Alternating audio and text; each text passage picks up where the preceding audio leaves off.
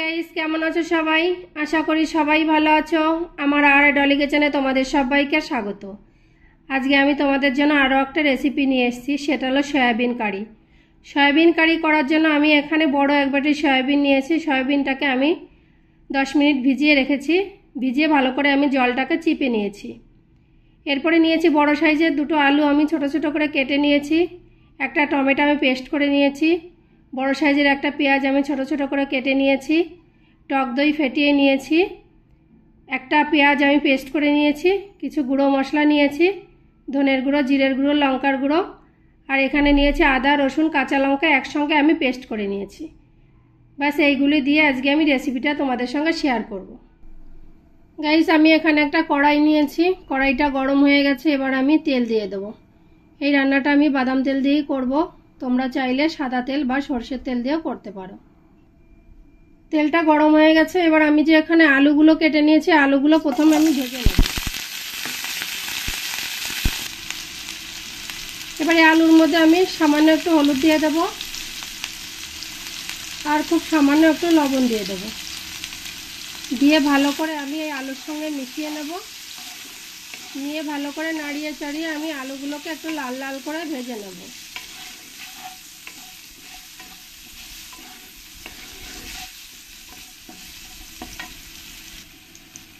আমার আলুগুলো ভালো করে লাল লাল করে ভাজা হয়ে গেছে। এবার আমি একটা পাত্রে তুলে নেব।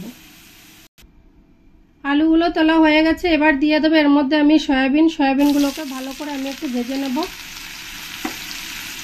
বেশ কড়া কড়া করেই আমি ভেজে নেব।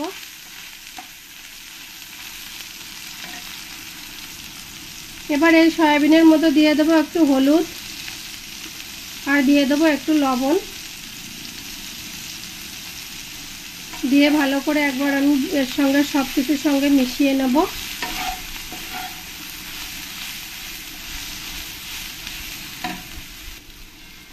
ভালো করে এরকম উল্টে পাল্টে একটু ভেজে নিতে হবে, একটু সময় করেই ভেজে নিতে হবে।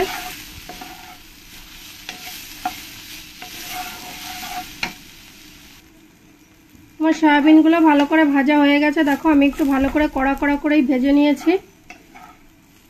এবার আমি একটা পাত্রে তুলে নেব। এবার আমি এই কড়াইতে তেল দিয়ে দেব। আমি অল্প তেলেই রান্নাটা করব। এবার আমি এর মধ্যে দিয়ে দেব হাফ চাপ জিরে, দুটো শুকনো লঙ্কা, তেজপাতা, দিয়ে ভালো করে আমি একটু নেড়ে দেব।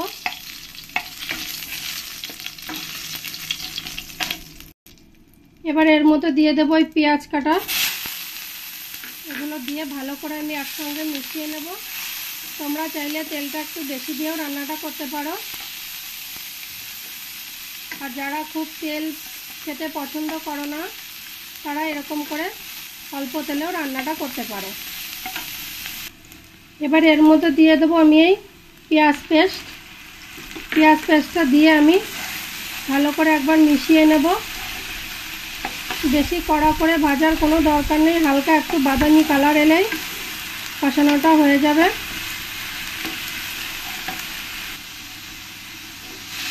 ভালো করে একবার এরকম নাড়িয়ে দেব। এবার এর মধ্যে দিয়ে দেবো বড় চামচের 1 চামচ আদা, রসুন আর কাঁচা লঙ্কা পেস্ট করে রেখেছি, এই পেস্টটাই দিয়ে দেব। দিয়ে ভালো করে সব কিছুর সঙ্গে একবার মিশিয়ে নেব।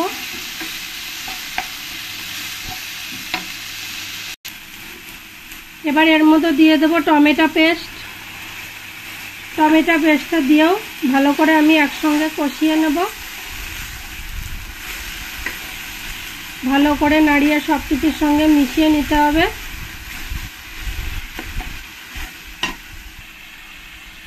এবার দিয়ে দেবো এর মধ্যে গুঁড়ো মশলা আর লঙ্কার গুঁড়ো একসঙ্গে দিয়ে ভালো করে আমি সব কিছুর সঙ্গে একবার মিশিয়ে নেব।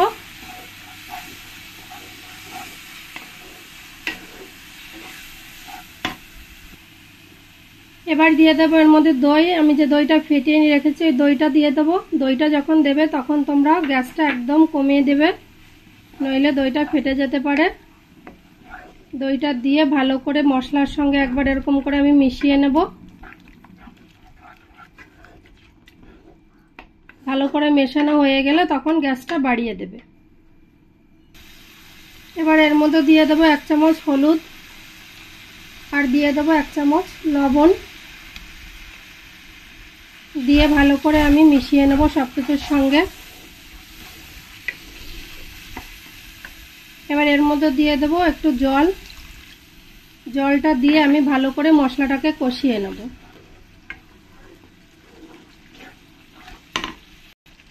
এবার আমি মশলাটাকে কিছুক্ষণ ঢেকে দেব মিডিয়াম ফ্লেমে। তো গাইস দেখো মশলাটাকে ভালো করে কষানো হয়ে গেছে, জলটাও শুকিয়ে এসছে, উপর দিয়ে হালকা করে তেলটাও ছেড়ে দিয়েছে। এবার আমি এই মশলার মধ্যে দিয়ে দেবো আলু, যে আলুগুলো আমি ভেজে রেখেছি, আলুগুলো দিয়ে দেবো। আলুগুলো দিয়ে ভালো করে একবার আমি সব কিছুর সঙ্গে মিশিয়ে নেব।